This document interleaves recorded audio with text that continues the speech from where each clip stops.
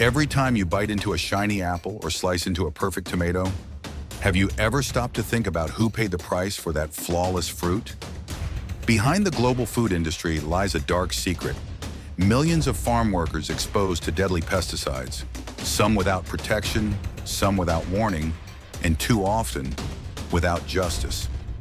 Today, we're diving into the hidden history of pesticide poisonings and why farm workers are the forgotten victims of big agriculture. These aren't isolated accidents. This is a pattern, a cycle where the most vulnerable people, often migrants, often poor, are forced to risk their lives just to put food on our tables. And the worst part? The corporations knew the risks and kept spraying anyway. After World War II, pesticides were sold as miracles. Chemical giants like Monsanto and Dow Chemical promised higher yields, fewer pests, and an end to hunger.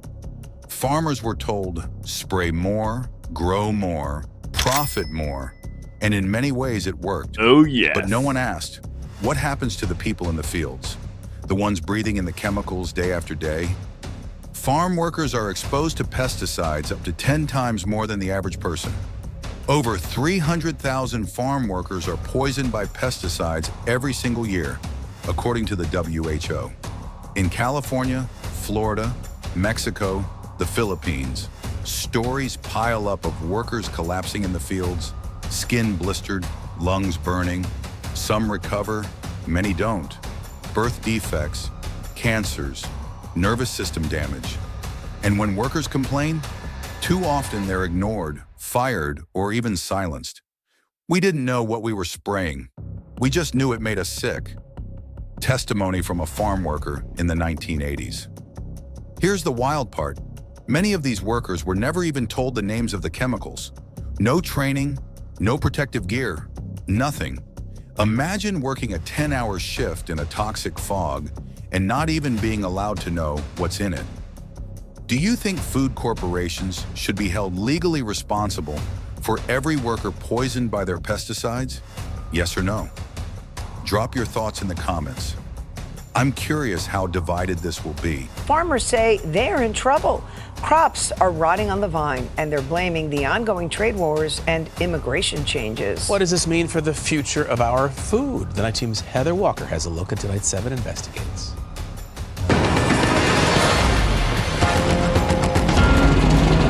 Perfectly good tomatoes are being plowed over instead of picked.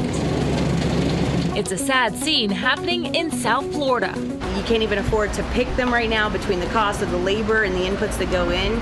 It's more cost effective for the farmers to just plow them right now. Heather Moling understands the struggles that farmers are facing right now. She's part of the family that runs the Homestead produce stand. Robert is here. These are local tomatoes here. She says farmers used to get $16 for a box of tomatoes. It's now down to $3 or $4. Just a horrible price.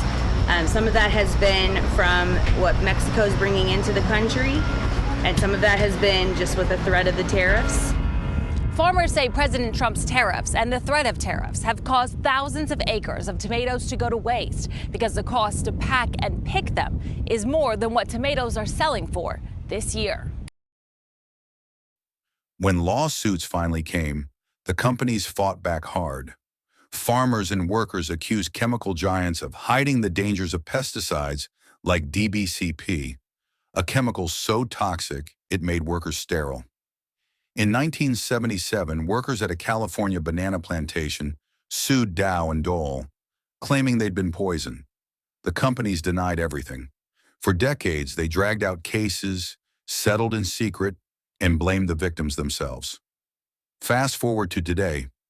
The chemicals may have changed, but the story hasn't. Farm workers, especially migrants, still face higher cancer rates, birth defects in their children, and respiratory illnesses.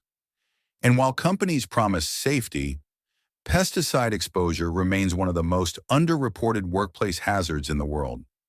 If you knew your groceries came at the cost of workers' health, would you still buy them? Or should consumers demand safer farming practices even if food prices rise? Comment below. I want to hear your take. In 1981, a young boy in California named Jose collapsed after playing near a recently sprayed cotton field. His parents were farm workers. He never woke up. Jose was only 5 years old. His story was just one among thousands. But unlike many, his case made headlines, sparking protests and new safety rules. But for every Jose whose name is remembered, countless others remain forgotten. Farm workers feed the world, but too often the world forgets them. Nigeria has long relied on women for food and their immense contribution to the nation's agricultural sector.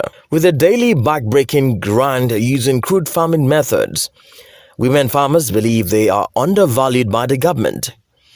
Roots TV Nigeria took a 40-kilometer trip from Abuja to Jua village in Gwagwa district to meet these women farmers. There are no proper access roads to these farmlands. A 10-minute trip turned almost 30 minutes, and we were fortunate enough to have traveled with a four-wheel drive vehicle. The poor road network connecting the farmlands makes it difficult for the farmers to take their produce to the markets. We have challenges of road, and we still use manual, as you can see, even to process and the farms where the time that we're supposed to give the labor, we are giving the labor and we are doing it together with the men because we hire and we have a group of women that we do. This is mine.